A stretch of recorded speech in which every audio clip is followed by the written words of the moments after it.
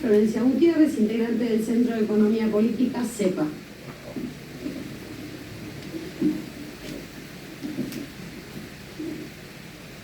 Buenas tardes, muchas gracias, Presidenta.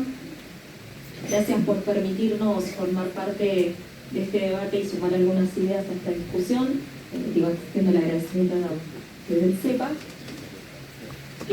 Coincido mucho con lo que expuso Sebastián, lo quería aclarar porque tenemos algunos puntos de coincidencia en las cosas que quiero plantear. Pero se ha hablado mucho ya sobre el impacto que esto tiene en términos de mejora de calidad de vida, ¿no? La posibilidad de reducir la jornada laboral. Algo que, lógicamente, suscribo, lo explicaba muy bien Walter Correa. Entonces yo principalmente me quería centrar en el análisis y en el debate sobre el tema de la productividad, que se ha hablado mucho.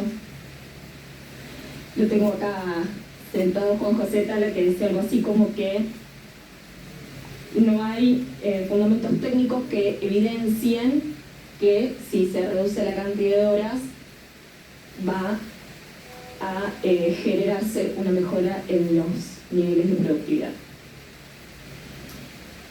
Para empezar, yo quería resaltar algunas cosas. La semana pasada se expresó acá el representante de la Unión Industrial Argentina la idea de que, bueno, ¿qué vamos a hacer si se reduce la jornada laboral? ¿Qué vamos a hacer con la productividad? Vamos a obligar a los trabajadores que corran, que trabajan más rápido, ¿no? Ese era un poco el debate. Y la verdad es que no hay una linealidad entre la productividad y la cantidad de horas de trabajo. Esto lo marca el resto de los países del mundo, pero también nuestra propia evidencia histórica. Por ejemplo, voy a poner algunos ejemplos de algunos países de Europa porque así lo marca la OCDE. Ustedes saben que Alemania trabaja 1.300 horas al año y tiene una productividad promedio por hora de $60. Y por ejemplo, Grecia trabaja 1.900 horas por año y tiene una productividad promedio de $32. O sea, es más baja y trabaja más horas. Esto porque no hay una linealidad. ¿Y entonces con qué tiene que ver? Con el desarrollo productivo que tenga un país. Tiene que ver con el desarrollo de la infraestructura, con el aporte de la ciencia, de la tecnología, con la capacitación. En nuestra propia experiencia histórica, el mayor nivel de productividad se dio desde la época de los años 50 hasta mediados de la década del 70. ¿Con qué lo relacionan? Con, lisa y llanamente, una enorme mejora, primero de la participación de la media salarial en el ingreso de la economía y por sobre todas las cosas con un modelo de desarrollo de producción industrial y de producción manufacturera.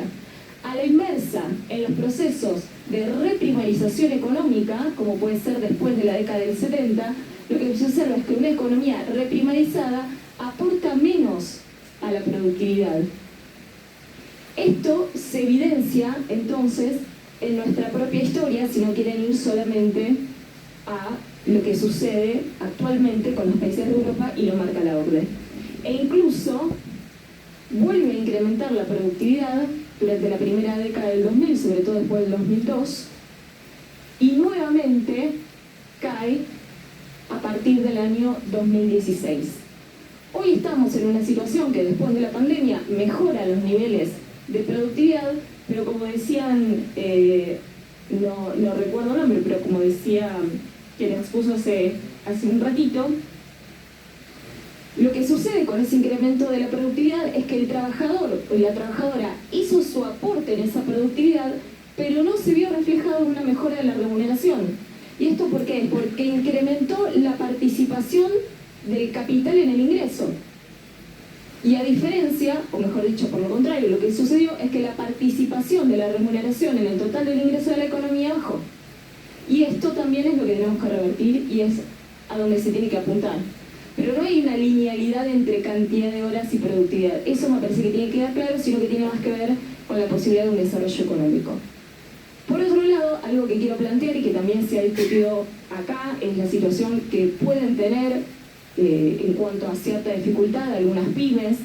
Miremos lo que sucede y lo que han hecho otros países que han implementado la reducción de la jornada laboral, porque como puede ser, por ejemplo, el caso de Chile, que lo que hicieron fue atender la situación de algunas pymes o micropymes que puedan llegar a tener cierta dificultad en la implementación con cierta gradualidad. Por ejemplo, la reducción de la jornada laboral es primero 1 hora en un año, después 2 horas en el próximo año, y así el total de la reducción de jornada laboral se alcanza recién en el año 2029, o sea, se toman 5 años de adaptación con un total apoyo del Estado en aquellos sectores que lo necesiten. Digo, para sumar el debate en caso de que se pueda atender la situación de alguna pyme.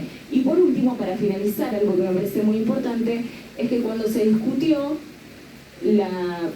cuando tuvimos que atravesar la situación de la pandemia, aceleró muchísimo los procesos de adaptar el mundo del trabajo a la digitalización, algo que los especialistas del mundo laboral lo que decían es que era imposible ir hacia un modelo de trabajo remoto, de trabajo híbrido, donde haya presencialidad y donde haya también un trabajo desde los hogares. Y lo que sucedió, que demostró la pandemia, es que tuvimos una adaptación rapidísima, que ese proceso de 15 años se bajó a prácticamente 1 año, y hoy prácticamente las empresas y muchos trabajadores deciden utilizar el sistema de trabajo remoto. ¿Y esto por qué es? Porque siempre primero cuando hay modificaciones o cambios generan miedos o resistencias, pero después se terminan implementando y lo que terminan siendo beneficios para los trabajadores y trabajadoras termina mejorando toda la economía. Muchas gracias.